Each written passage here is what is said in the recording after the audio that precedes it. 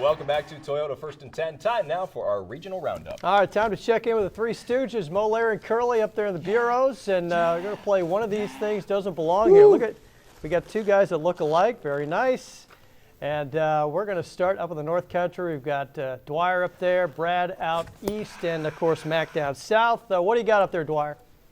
Well, you guys, it wasn't really hard to pick this week's helmet because it was the only game in town, Indian River. In fact, I just kept this helmet from last week. The Warriors hoping to make Class A the final in all North Country final. They had to beat a Jamesville DeWitt team, though, that they beat 23-7 earlier this year, a Thursday night game where those lights went out. Remember that? But the lights were just fine with the Rams early on. This one-yard score over the top by Ernest Shaw sent the game to halftime tied at 7, but in the second half, Indian River flipped the switch. Denzel Barnes pulling to Matthew Stafford. The ball crosses the line. It's 14-7. And it gets crazy. I told my niece Clara I'd say that. JD quarterback Nate Shapiro. The pass is deflected. The receiver goes for the hit, and it goes off his foot. Right in the hands of IR's Elijah Franklin. Some great moves all the way down to the Ram 35. It set up Barnes again. The spin slices his way into the end zone. It's a 16-yard run, and it's 21-7. But it's not over yet. JD would recover a fumble to Indian River 1, and 2 plays later, Shapiro would take it himself. And at the end of 3, it was 21-14. But the Rams would return the favor. The next possession, an Indian River fumble recovered.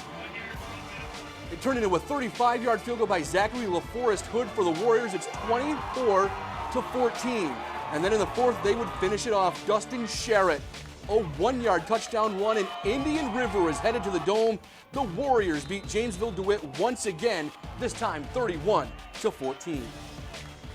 Oh, I'm so excited. Going to the Dome, playing the Dome. Every kid's dream is playing the Dome, playing the College Stadium. Just going to have fun. We're very excited. The kids played great. They played very hard. JD's a fantastic team, very well coached, and their defense is awesome. Our kids just hung with it, stuck with it, and believed in it, played well. And guys, we already saw Carthage's great win earlier. Next Saturday, it will indeed be an all-North Country final in Class A. Indian River in Carthage. Earlier this year, Indian River beat up Carthage 48-12 in Carthage. So from the North Country, I'm Brian Dwyer.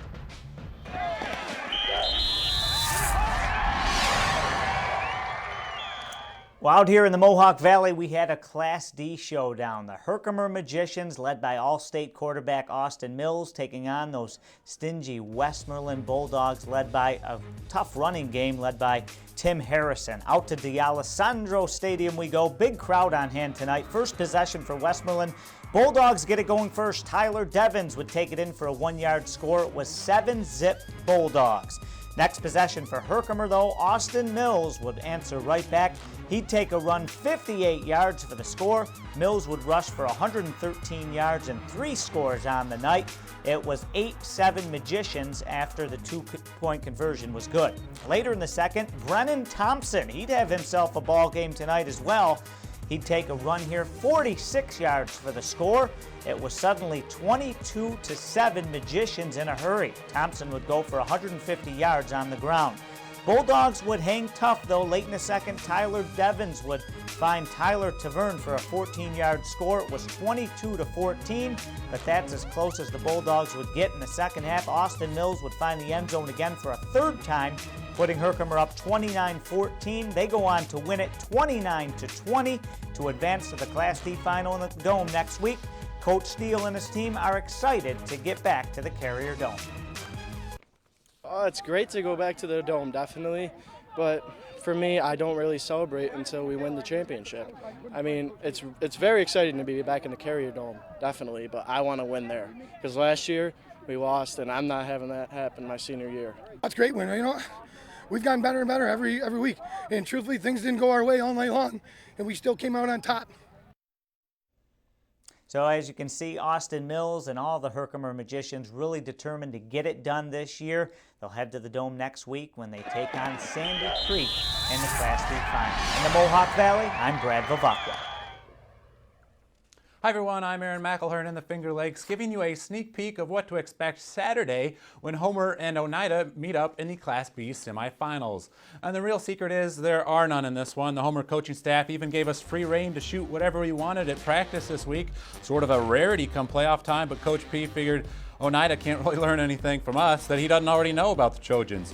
The undefeated Trojans have been thinking about the playoffs all season long. Homer began their season in the Dome as part of the Kickoff Classic, and they've made it their mission to get back there at the end of the season. The seniors have taken upon themselves to leave a legacy in Homer, and that's powerful stuff come tournament time. I treat every game like it could be my last, so I play whistle to whistle. I go hard or go home again.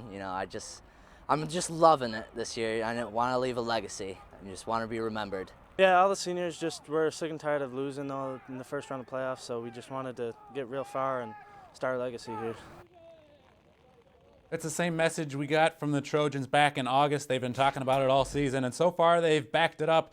Their average margin of victory has been almost 4 touchdowns this year. Guys, we should expect some offensive fireworks. The Trojans are outscoring teams by nearly 4 touchdowns per game, averaging 40 points per game. And Oneida, they've got some firepower too. They're averaging 36 points a game, so it could come down to a last-minute possession. Maybe a mistake could decide this one. So no mistakes, and you're moving on.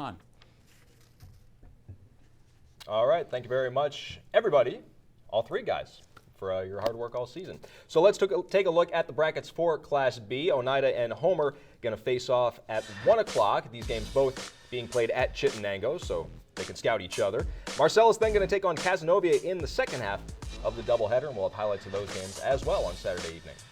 All right, up to the North Country where we have not seen snow on the ground all season long, and it continues. How about that? That's got to be a record. Augsburg, Potsdam, Section 10 Class C title. What a great game. Odin Robertson, rushing touchdown, ties the game at 6 in the second quarter. Fourth quarter now, Augsburg trailing. Josh Liebstein to John Taylor, tied at 20, and we are going to overtime.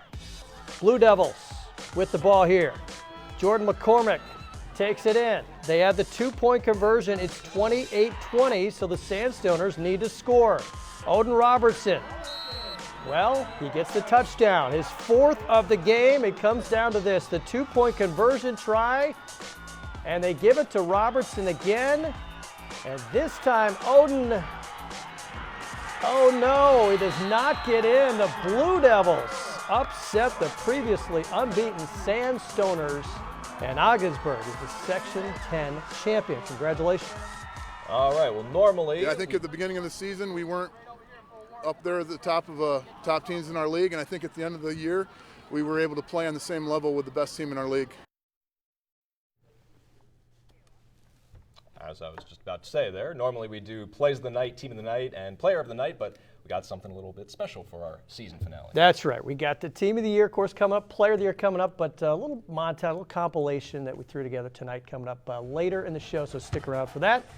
It is extra point time when we come back here on the season finale of Toyota First and 10. And of course, we also want to see your photos still, even though our show won't continue. Our web gallery will, so when you're out at the games, take pictures of whatever you like and email them to that address, and you'll see them on our website.